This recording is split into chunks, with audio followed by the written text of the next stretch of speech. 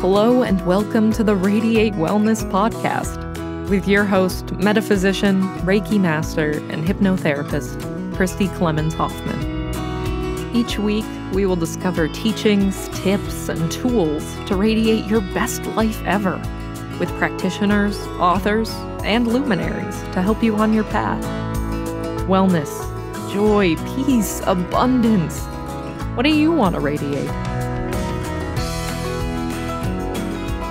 Welcome back to the Radiate Wellness Podcast. Today we radiate passion with Judy Wilkins-Smith, who is a highly regarded organizational, individual, and family patterns expert, a systemic executive coach, trainer, facilitator, thought partner, and leadership conference and motivational speaker with 18 years of expertise in assisting high-performance individuals, Fortune 500 executives, and legacy families to end limiting cycles and reframe challenges into lasting breakthroughs and peak performance. Judy is the author of Decoding Your Emotional Blueprint, a powerful guide to transformation through disentangling multigenerational patterns. Right up my alley. Hello, Judy. Thank you so much for joining me today. Hi, it is lovely to be with you, Christy. Oh my goodness. Your bio is full of very large words that I'd been having trouble pronouncing today, but I got through it. But this is fascinating stuff. I mean, and behind all of this, you're a constellations expert as well, and that is something near and dear to my heart. But you've got this new book, Decoding Your Emotional Blueprint, a powerful guide to transformation through disentangling multigenerational patterns. So what are these multi-generational patterns that we would want to disentangle? So this is constellations work as well, pure constellations as well. Things like, I've always been depressed. I've been depressed my whole life. I can't get out of being depressed. Or, you know what, I can never hold on to money. It comes in, it flies out. Can't do anything with it. Or in relationships, all the men in my life disappear. As soon as I've got one, boom, they're out the door. These, when you look at them, often originate in prior generations. And they cycle down. So you have an event. The event creates a reaction. The reaction creates thoughts, feelings, actions, language, all of that stuff. And that's what I call your emotional DNA. And it cycles all the way down as a pattern that comes to you. But what most people don't understand is the pattern is there for a reason. It needs you to look at it so it can stop. And it needs you to look at it so you can start the next pattern, which is the chapter that only you can write. And it's waiting for you. Oh, that is wonderful. So tell us a bit about the constellations work for those who've never heard of this. And no, it's not astrology and it's not even astronomy. Yes, which is what I get asked all the time. Are you an astrologer? No, I'm not. However, if you were to compare it, in astronomy or astrology, you have the stars, and each one has a very specific place that belongs to only them. No one else, no other star can be in that place. It belongs only to that star. And in constellations, we know that everybody has a place in the family system. You cannot not belong. It's impossible. Even if you don't know your family, you still belong. So that's systemic work in constellations. But a constellation itself is the kind of the breakthrough piece that Bert Hellinger originally moved into, borrowed bits from other really good therapists, and then it came out with his voice. And what he did was he would use live representatives for different parts of an issue. So I'm always depressed. Let's look at your mom, your dad, perhaps your grandmother or grandfather. Let's put up your siblings and you. So you have a live representative for each one, right? Which immediately gives you a 3D experience of everything you've been holding in here. And suddenly, and we know that we're very well able to transfer emotions onto other objects. And suddenly who's standing in for you, you can equate with mom, dad, sister, brother. And I start to ask questions about that, and you see them either move or they may have something to say, but it's accurate information that serves the client. So what happens is, in the moment, they can see the pattern that's been created and how it's affecting them, and you'll see that physical jolt. And then as we work, they can see what else is possible. And you may see another physical jolt. And right there, what's happening is they are rewiring. They're rewiring the thoughts, the feelings, even the actions. And because it's in 3D and they can see it, feel it, taste it, touch it, and walk in it, it becomes a multi-sensational experience. And that allows you to have very different insights, which then form an embodied experience, which is what we all know as that aha moment. And it shifts very quickly. And what we found is that tends to last.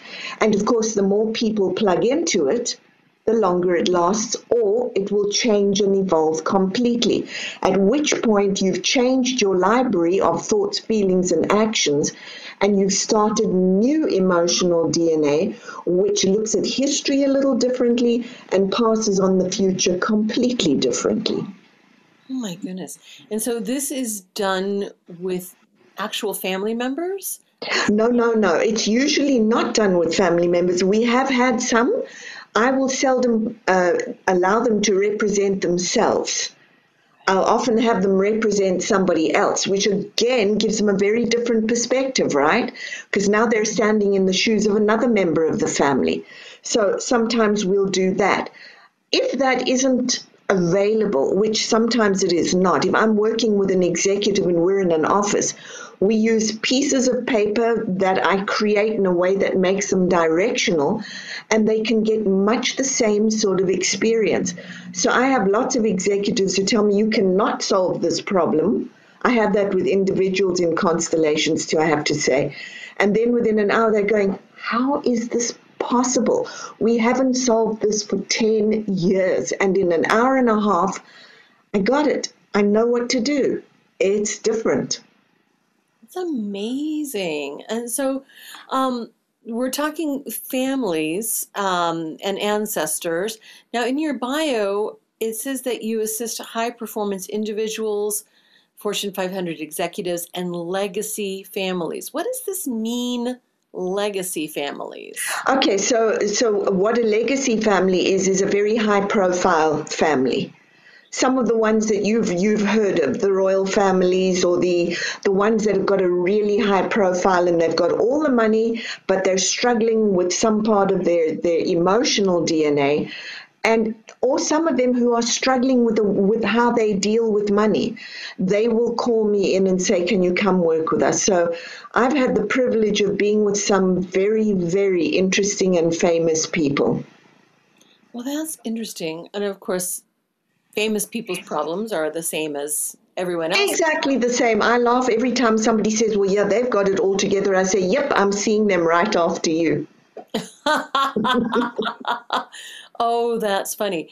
So when you work with people in such a way, do you have them all in the same room? I mean, how does this work? Or some of them here, some of them there?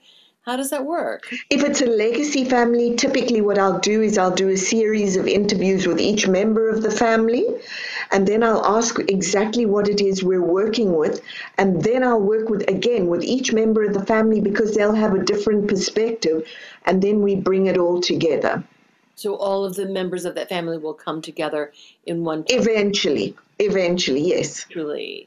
Yeah, and what we then do is, instead of necessarily representing them, we may then also use the pieces of paper that are created in a specific way, because it allows each one of them to then see it from their perspective and add another piece or another dimension to that. Oh, I see. Well, that's fantastic. That's very interesting. Okay, so working with family members and ancestors. People are fascinated with Ancestry right now. We've got Ancestry.com. We've got I can't even remember. 23andMe or something, yeah. Exactly. There are over 100 million of them. Wow. Yes. Over 100 million family trees. Right. Built on Ancestry.com, just in that one platform. But could we also research those family trees for emotional DNA? Absolutely. And here's the interesting thing. People clearly know. They know. I was watching Tracing Your Roots last night. Oh, yes. And people get really emotional when they discover they're connected. So that's number one, because now they have a sense of, hey, this is where I belong. But what they don't have a sense of is, how does that matter? And why do the events matter? So a lot of what I teach and do is genealogy 2.0. In other words, yes, you belong here. Let's have a look at the events. How do those affect you? How have they shaped the family system? How are you now in the middle of this going to shape it completely differently?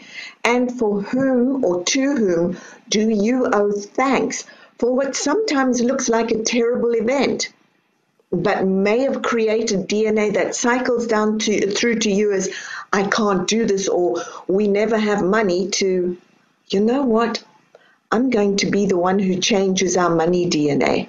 And it's an amazing thing, because you can use all of that to have a very strong and profound life adventure, one that you never even saw coming. Right. So this emotional DNA, it sounds like, and correct me if I'm wrong, it sounds like emotional responses and emotional experiences that over time become solidified? Yeah, nicely put. So it's the thoughts, feelings, actions become patterns. The patterns become mindsets. The mindsets then become the truth. But it's not the truth, it's your truth. And you can change that truth anytime you want to, and that's where the magic happens. Oh, that's interesting. So how do we pass on the emotional DNA? Okay, so we have an event, we have the Great Depression. And actually, I was talking about this in the piece I was writing. We have the Great Depression, and we have a couple of demographics that emerge. One is, be careful, make sure you've always got two of everything, eat when you can, don't waste, don't keep your pennies together. And all of those sayings and thoughts then become, I'm so afraid we could lose everything. I'm depressed. I don't know what to do. I feel hopeless. That is something that our children see and hear. And so that becomes, oh, so this is how we react around money. This is how we react in times of stress. And it becomes a pattern. Again, that becomes a mindset. So it echoes down and echoes down. So when you're talking to your children, it's all of the coulda, woulda, shouldas, don'ts, maybes, shan'ts, and all of the cautionary tales that we pass down. Now, sometimes we pass down very different DNA, which is, of course you can. We are all doctors. We're super smart. We know how to act under pressure. That's a very positive piece of emotional DNA, and you want to hold on to that. But so often all we're geared to do is look at all the negative ones coming and go, yeah, I'm a mess, just like they are. No, you're not. You're holding what's come down. It's asking you to change it. Oh, goodness. Okay, so it's interesting how all of these things just kind of fit together, because I'm a hypnotherapist. Totally. A Reiki master, and it comes up in hypnotherapy sessions that, the thoughts and beliefs that get passed down become a template, become a blueprint. Just like exactly right. It does become a blueprint. And the other piece that I love about it is, if you did Ericksonian hypnotherapy, they used to always say to him, what do you make of it? And he said, it's not what I make of it. Clients make of it what they need. And we really, really are very good co-creators when we turn that on. So if we only listen to the couldn'ts, shouldn'ts, wouldn'ts, and all the cautionaries, we think that's who we are. We are not. Right. Oh, that's beautiful. That's beautiful. Okay, so this emotional DNA, is there any scientific evidence of this, as there is for DNA? Yes, there is. Well, let's put it that there is a great deal of research done. So if we talk scientifically, the first thing I would touch on is neuroscience. We know that the brain is neuroplastic. And by the way, you don't just inherit all of that, you inherit the family nervous system too. So your nervous system is keyed into theirs.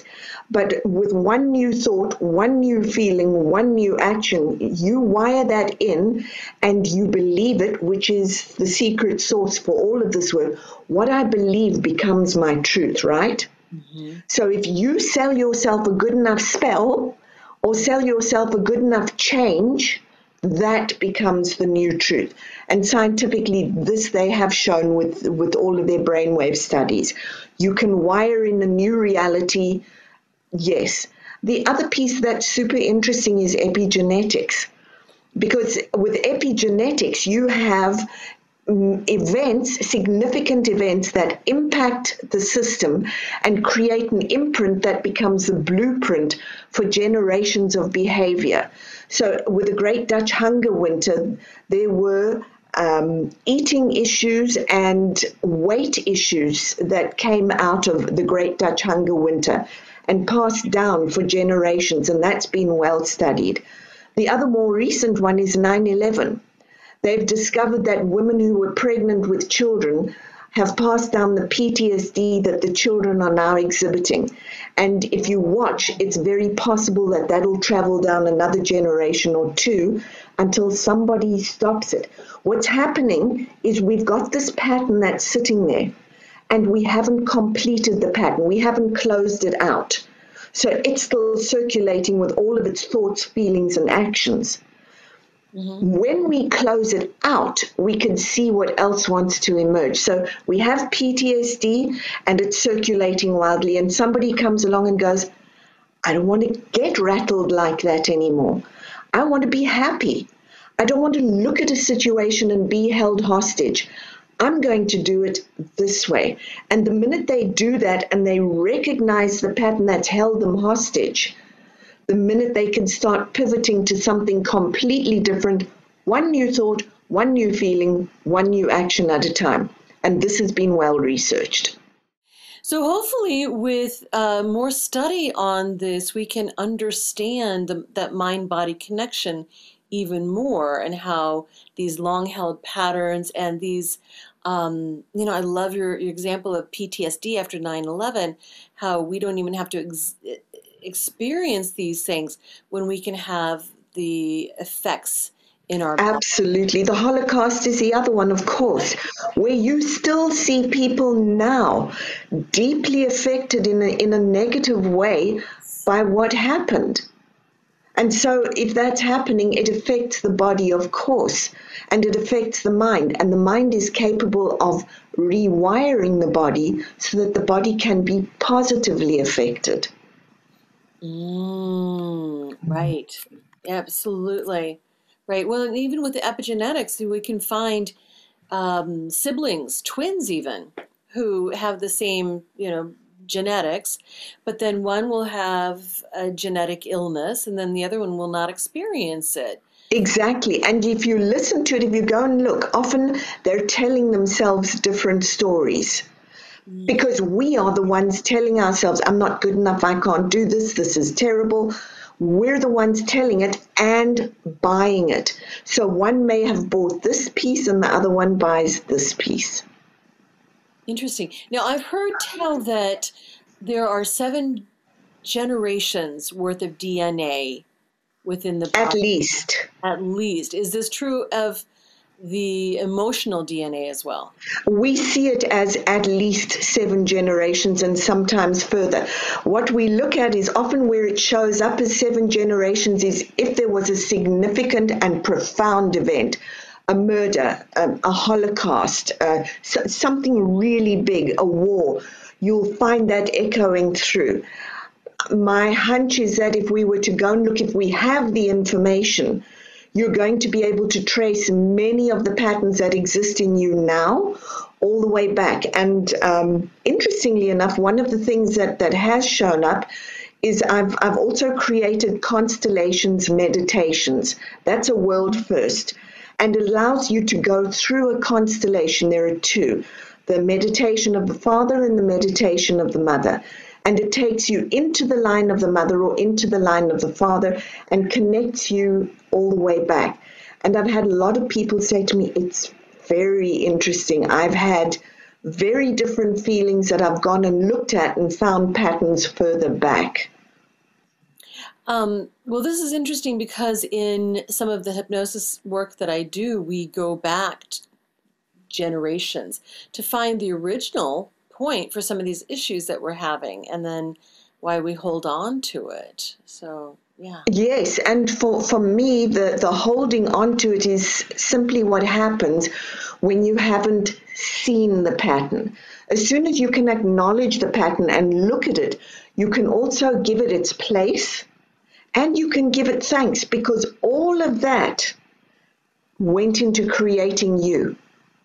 And so then it's a question of, from this pattern, what do I want to set down and what do I want to take with? That's the disentangling piece.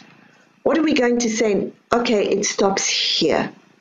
And what are we going to take with? And what are we going to change? Mm-hmm. Now, you guide people through to make these discoveries, and then do you offer like follow-up coaching or therapy to help people understand? It depends. Seldom. What happens is at events, they have a number of opportunities to do that. This is one modality. When I talk to people, I say to them, if you need me, you know where I am. And people know very well, okay, I'm still stuck here or I'm still stuck here, and they will come find me. By and large, if you've shifted, that shift is profound enough that it's either going to set you to the next level and you may come back, or it's going to sit with you for a while and you're going to let that kind of unwind. But I don't say to somebody, you need to come back. They pretty much know. We will, if we're doing individual sessions, I may say, okay, we got this far. There is still plenty. That's up to you.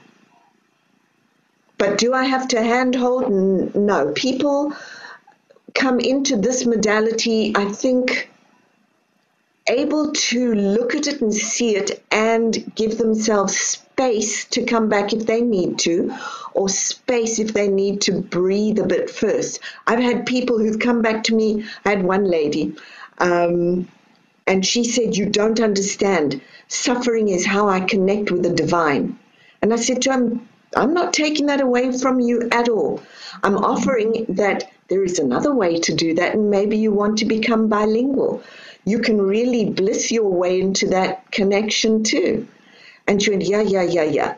I think 2 years later, I'd forgotten about it, but 2 years later, she walks into my office and she says to me, fine then, it works. And I was like, what?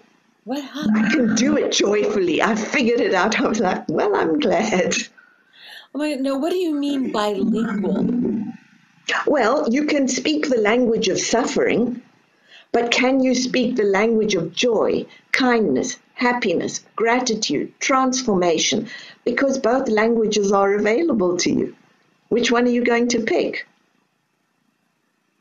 Right. All about choice. It's very much about choice. We don't realize how much choice we have in how beautiful our worlds will be. In fact, we've got all the choice. And we have this choice at any moment of how we look at things, how we react to things, but then choice of language too. Choice of language, choice of thoughts, feelings, and actions. Right now in the world, right now, is one of the most critical periods in history. And I can't state that enough. Right. Because right now, we've been through all sorts of changes and adaptations. There are all sorts of things happening out here. And what you think, what you feel, and how you act is about to become your future and your new truth. So be very aware. Did you know that Radiate Wellness is more than just a podcast? That's right. We're also a comprehensive, holistic wellness practice. Find out about our services, practitioners, and upcoming events at radiatewellnesscommunity.com. While you're there, visit our podcast page to read more about our great guests and even donate to the podcast. If you like our podcast, you can help in other ways as well, like subscribe or follow us wherever you're listening right now. Tell a friend, a family member, or a coworker about the great content you find here. And if you wouldn't mind, please give us a thumbs up, a 5-star rating, or a positive review. Sounds like a small thing, but it really helps. You might like to know about our Facebook communities while we're at it. We have a free community, the Radiate Wellness Community, on Facebook for news and great free content. Our subscribers group is Radiate U, as in the letter U, but also, well, you. There you'll find curated replays of past classes, guest interviews, and more. And now, back to our podcast and back to our guest. So I'd like to turn back to your book, which is Decoding Your Emotional Blueprint, a powerful guide to transformation through disentangling multigenerational patterns. So why did you feel like this book needed to be written, and how did you go about it? I wasn't the one who thought it needed to be written. In all honesty, I was going to do a little ebook for one of my clients or a couple of my clients. The students and participants in my classes and at my events were all going, we need the book, we need the book. And eventually I went, I will do a little ebook. And the little ebook took on a life of its own. And then the next thing I knew, they said to me, hey, Sounds True wants to publish your book. And I went, okay. And they said, do you know who that is? And I was like, no. So it was this whole path of discovery. So that's how the book came. That was one reason. But the other one was I got awfully tired of people thinking that this was so mystical and so out of everybody's reach that transformation was only for the chosen few. It's not. It's for those who choose it. And last but not least, I really wanted to write something that anybody could pick up and go, oh, this is me. Here are the patterns. I can find them this way. Here's what I can do. Oh my goodness, my life is changing. So a very practical guide to transformation. Yes, a very practical guide. In fact, part of this, you talk about mining for gold. Can you talk about that a bit? I can. So often you come in or people come in and they say to me, I'm a train wreck. I'm useless. I'm the one who's here because I can't get it together. And I go, okay, this is going to be interesting. Let's go and have a look. We'll look at this terrible thing that happened for me. And I say, okay, so let's look at this terrible thing. I had one who came in and said to me, I would love to be connected to my family, but I'm the family oddity. I can't connect because I'm the open-hearted one. I love people. I love my children. They're very staunch. They're very introvert. They don't show much emotion. And growing up, all I ever got was just little drops of love. That was it. So I said, tell me about your parents and your grandparents. Holocaust. So I said, let's have a look. Were they afraid at all? They were terrified. They had to hide out to survive the Holocaust. So they had to be pretty staunch, and there wasn't a lot of room for emotion. No, not at all. She says, I know there wasn't room for emotion, and they said that a whole lot. So I said, and yet they gave you the tiny little bits that they had. They entrusted to you. And look what you've done with them. Look what you've grown. You've grown those tiny little drops into something incredible. And she went, oh my goodness, I never could have looked at it that way. So it's looking for that piece of gold, because in every so-called train wreck, there is always a piece of gold waiting for you. And it's the nugget that allows you to form the next pattern that's trying to emerge.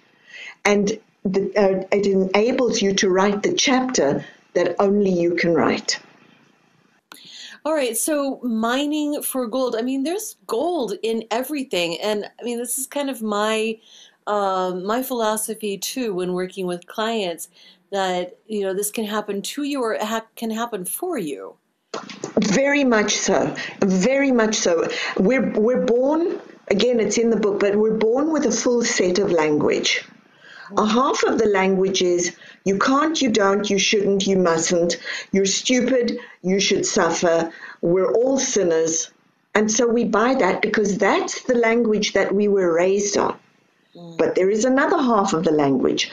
Of course you can. You're perfectly capable. You're a really strong co-creator. You're master of your thoughts when you choose. You can have what you want. That's the one that we're not fully taught. When we start to wire that into our brain, everything changes. When you realize, of course I can, everything changes. Well, how can we wire that into the brain? It's looking at when you say, I can't, you know what, money is a problem for me.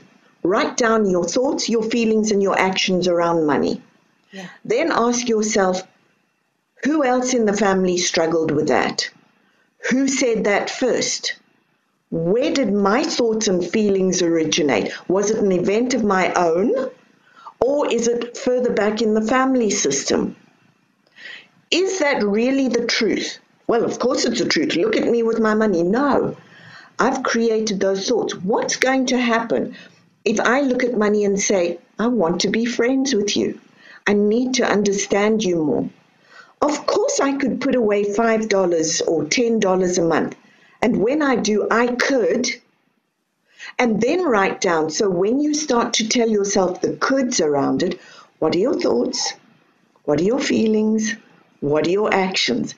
And we see this all the time. You hear about people who've struggled and then suddenly paid off $20,000 in student debt. How'd they do that? They first had to change their mindset. The minute they did that and they started empowering themselves, they found the frontal lobe lit up and said, well, good, let's go and find the ways we can do that. And they got super creative and made it happen. That's wonderful. So let's turn now to systemic work and constellations and relationship patterns. Lots of them. Yeah. What would you like to know? Okay, well, let's start with relationship patterns. Tons of them. Most of the relationships you have are based on those who came before you. Right. Unless you've looked at it and gone, I don't like that, I'm doing it differently. In which case, thank what you didn't like because it's ignited you to do something different. So there is always a good reason to thank what came before you. So if you've seen mom, grandma, great-grandma all got divorced, and you can feel yourself kind of starting to struggle a bit. And by the way, in constellations work, as you probably know, it's often around the same age as it was for mom or grandma or great-grandma. This travels to the pattern of age. You look at it and you go, I'm getting a little bit antsy. Maybe there's something wrong with him. If you look at the pattern and go, whoa, I'm going to be a fourth generation, and you really look and go, maybe there's something wrong in this pattern, or maybe it's a pattern I don't want. For the first time, a man in the system in 4 generations may be looked at very differently and with kinder eyes. You may be the one who looks at it and goes, you know what? Men are delicious. And I'm keeping mine, and I want this. Now you've just begun to switch it up. And what you'll do is, instead of finding reasons to follow, you'll find reasons to love and to stay. So that's just one, but all of them. Relationship patterns at work. How you react to mom and dad is going to affect how you react to authority at work. I've had people who say, I will not take it from my boss. And the first thing I ask them is, good, so you can't take it, which includes nurturing. Which one of your parents couldn't you take life from? Or couldn't you take things from? Oh, well, it's, yep, and now your boss is getting it because you haven't resolved that here, so it's bleeding over into your organizational patterns and into your career, because those are the big two. Your career or organization and families are the ones who borrow from each other to sort things out. So you didn't sort it out with mom and dad, you're getting a chance here. Now, the most important thing for people to realize when they reject their parents is that not only does it affect all of their other relationships, but it doesn't make you good, it doesn't make you bad if you reject your parents. What it does do is it cuts you off from the information that they have in their system that you need for you to grow fully. And it sounds like it's not rejecting the parents, it's rejecting the patterns. It's pretty much rejecting the patterns. You're right. Mom wasn't there for me is really, why wasn't mom there for me? Where was she? We don't think to ask that question. Where was she if she wasn't there for me? Is this a pattern in the family? Mm-hmm. Where did that come from? How is it affecting me? Do I want it to affect my daughter or my son? Right, absolutely. And then we can make changes accordingly. Absolutely. In fact, I had one guy who was beautiful. He said, I will not look at my father. He was a terrible man. And I had this representative for his father in front of him. I'm not. And I will not tell him I acknowledge him as part of my system. And I said, that's not a problem. Do you have any kids? And he said, yeah, I've got 2 sons. So I took 2 representatives for the sons, and I said to him, okay, now I want you to turn around and look at the sons. So he looks at the sons. I said, tell them which one of them you're condemning to reject you too, because it's about to hit one of them. And he went, oh, fine. I see you. Turns back to Dad, and he goes, I can see you then. And how did that shift for him? It shifted him completely, because then he was willing to look at, where did Dad come from? We so often forget that our parents are people also having an adventure. And he could look and see how it had happened and why. And so the anger became compassion and insight. And he wound up at the end of the constellation in tears, saying to his sons, I don't want that for you. I see you both, and you don't need to reject me. I'm looking at my father, so you can look at me. Oh my God. Yeah. I'm going to start getting emotional here. That's really beautiful. I think if he would have started off with that mindset, everything would have shifted for him so much. I mean, I'm sad because there's so many years he missed out with his father. Yes, and imagine if he'd never gotten that. Right. Yes, if he had never gotten that. And then he would have repeated the pattern with his son. Exactly. And he had his father to thank, because he came in to work on that. And I said to him, you've got a lot to thank your father for. And he went, what? I said, if he hadn't have made you so mad and so sad, would you ever have looked at this? Okay. So many of us are here on the planet at this time to heal these patterns and put a rest to them for once and for all. And to start new ones. Now, are you finding that this is widespread, people acknowledging these patterns and saying, I want to stop them? And why do you think that would be? I don't know that it's widespread exactly that way. It could be, but more what you're going to hear is, I'm so frustrated. I can't get ahead in life. I'm stuck. That's what I hear a lot. And then they'll say, well, I need to do something different. Okay, so then what do we need to stop so that different can come? And that's often how it will begin. Oh, interesting. Okay, very interesting. And so how can we best identify these inherited relationship patterns that we're carrying? Okay, any of the patterns that you're carrying, there are a couple of good ways to recognize them.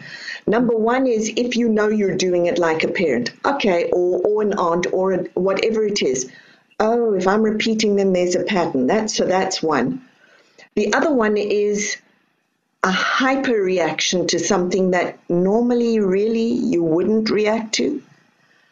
You know, like, how dare you read the newspaper at the table? I'm going to kill you is not really your normal reaction. So if you have anything, or with money, you spent $1 without speaking to me, how dare you? Okay, we have some sort of a pattern going on here that really needs to be looked at and wants to stop. So those are your two big ones. And then even hyperbolic language. I had a woman who came in who said to me, "Oh my goodness, I'm so glad to see you. You can't believe what this morning was like. It was a total catastrophe. I was almost decimated. My boss put me on the cross." And I looked at her and I said to her, "What happened?" She said, "Well, I was a little late for work and my boss was annoyed." And I said to her, "Okay, that's not what you came in with. Where is the big explosive event in your life?" And she went, "Oh, well, my mother and I outran a volcano. My brother and father did not." So it lives there in our language. We are literally talking about what lives in our systems all day long in the things that we say or act upon. You can see it. If you watch people and listen to them, you'll hear their system trying to make them aware of the patterns. So pay attention. When you find yourself saying idiosyncratic things like, "My heart is going to explode," and you say it all the time, ask whose heart did and why it is that you're carrying that, because it lives in the language. It's fascinating. I've got a master's in linguistics, by the way. So language. Oh, you will love that. I do a lot. That is fascinating. And maybe after this interview, you can send me a few books or articles about that. I'd love to read it. I think I'm probably writing the books about it. It isn't spoken about much, but it is very clear. That is fascinating. You know, and in my sessions, I'm listening to what people repeat and the things that they're not. Absolutely. That's the other one, repetitive language, right? Mm-hmm. Or hot language. But now what you want to do in your session is ask them who said that first, or where did you first hear that? Yes. And what was happening in your life at the time? Because they've taken it at a specific time and they've said, "Oh my goodness, that's the truth," boom, and they've rewired it instantly. And in a trauma, you know this, you can lay down a neural pathway that fast. But what we don't realize is there is an antidote for that you can lay down equally quickly. And you can also lay down a next step up or a next level up equally fast if you use elevated language and emotions and rewire the pattern. Can you give me an example of that elevated power and emotions? Yes. So think about the other one where you're saying, "I'm stupid, I'm hopeless, I can't do this, and I know it. I know I'm a mess." And you feel it, and you know it in your core. Well, there are other times when you look at something, you walk in and you do a piece of work, or you have something incredible that happens in your life, and all you could do is go, "Oh my God, that just happened. I'm capable. I did that. You know what? If I do that again and again, I wonder what I could do with this. Oh my goodness, I've just uncovered something new that is going to be a talent for me. It's going to be you're literally talking yourself into the elevated emotion, the gratitude, which shifts everything, the kindness that comes with it. Your heart is opening. And here's the deal. When your brain and your heart connect and your gut connects, in other words, instead of being tense, it relaxes, it creates an electric cohesion. And now you're in that elevated state where what you tell yourself, you're going to wire into your brain, it's going to echo in your heart, your gut's going to accept that, and that's going to become your new mindset and pattern. And when you do it, and you do it in that state of mind, which is what happens in a constellation, it wires in that quickly. Oh my goodness. Yeah. Now you teach constellation work.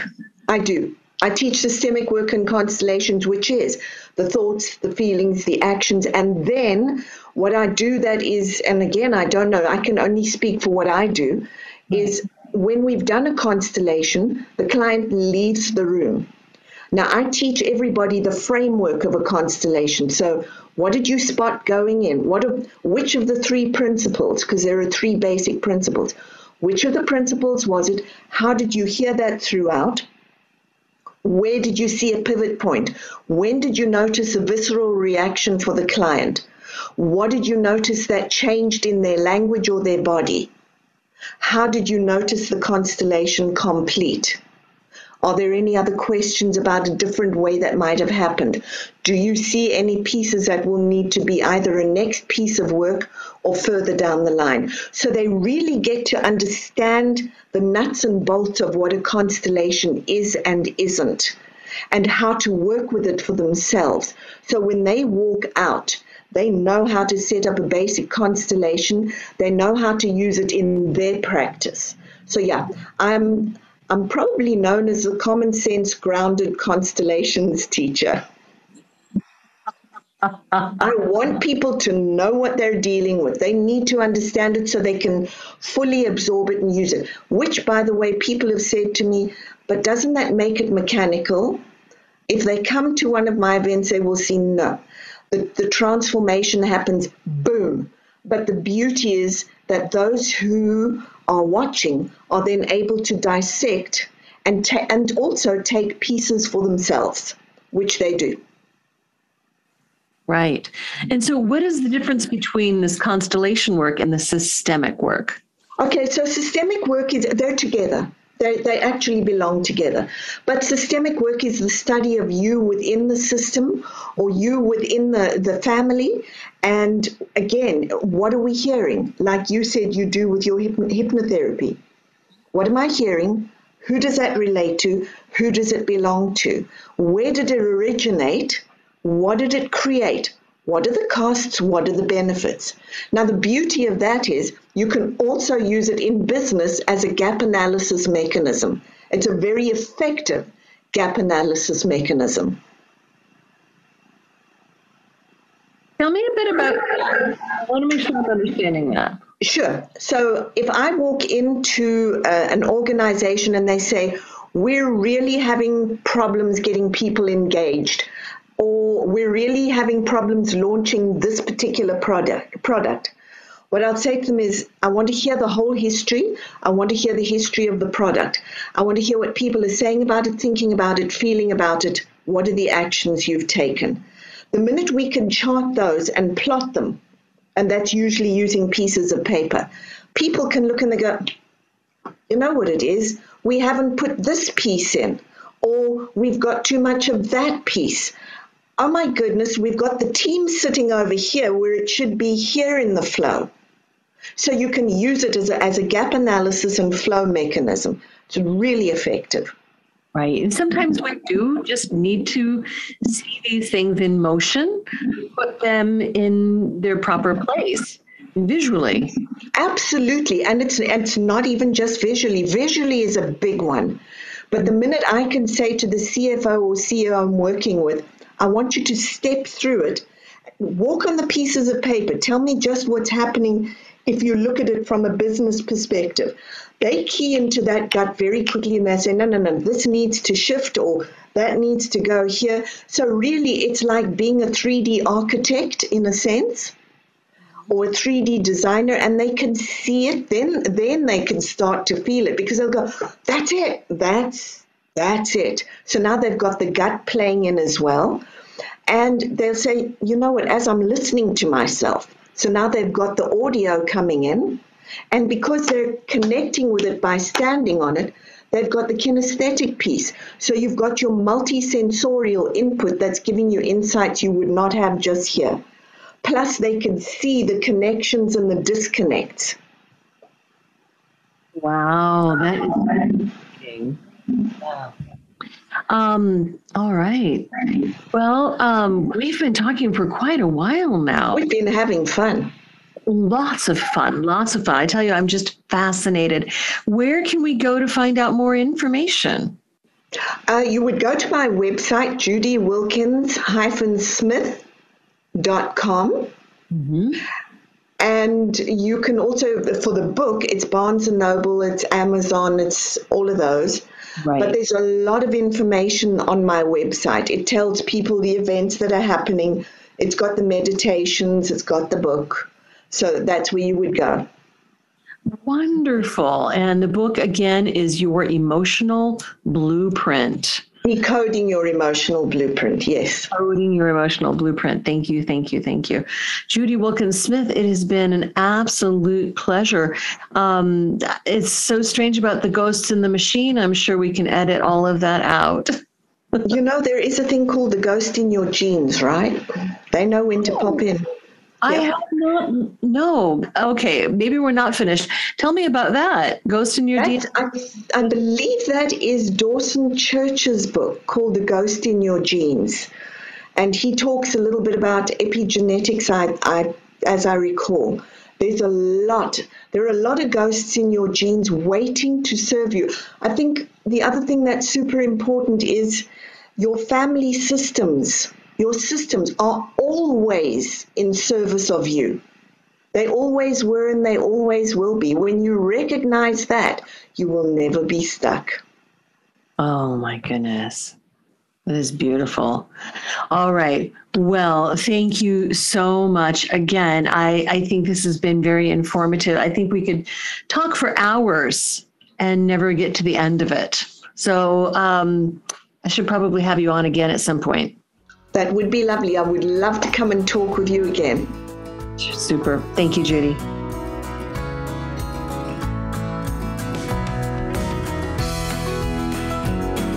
Radiate Wellness is an international community of holistic and alternative healers dedicated to helping you create spiritual, energetic, and physical well-being.